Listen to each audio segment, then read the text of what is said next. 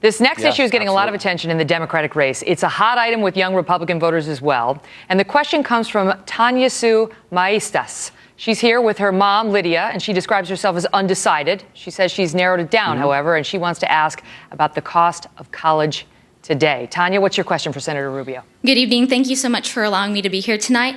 Senator, I'm a current student and the first in my family to be furthering my education. My question for you is what you would do to provide more opportunities for students to further their education while making it affordable and decreasing the student debt that's crushing our America's youth. Yeah, thank you, Tanya, for the question. That's an important one. I'm actually the only Republican running that always talks about student loan debt in every one of my speeches. I actually have a plan to deal with all of it. And one of the reasons I'm so passionate about it is because 4 years ago, when I became a U.S. Senator, until 2012, I still had over $100,000 in student loan debt from my time in law school and undergraduate. So we have a comprehensive way to deal with it. The first is we're going to provide students more information.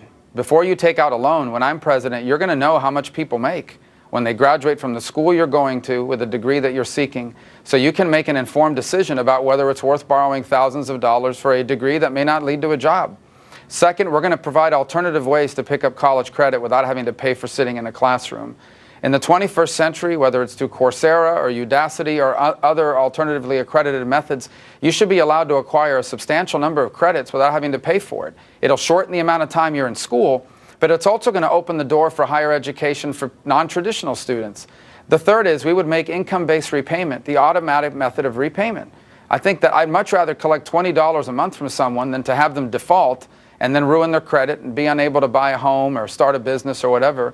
And the fourth thing that we want to do in the mix is provide an alternative to student loans. It's called the Student Investment Plan, and it would allow students, especially graduate students, to go to a private investment group and get them to pay for your tuition instead of a loan. If you make a lot of money, they're going to make their money back, like if they invested it in a small business that was successful. If you don't make a lot of money, they lose their investment. They made a bad investment. But it's better than a loan because it doesn't sit on your credit report and all the risk is on the investment group. So we have developed this strategy, and because I feel passionately about it, because I can tell you, that when Jeanette and I were first married, they wrapped you for me. Yeah. They wrapped you for me because we had to get on to our next good. question. All right. But thank you for that.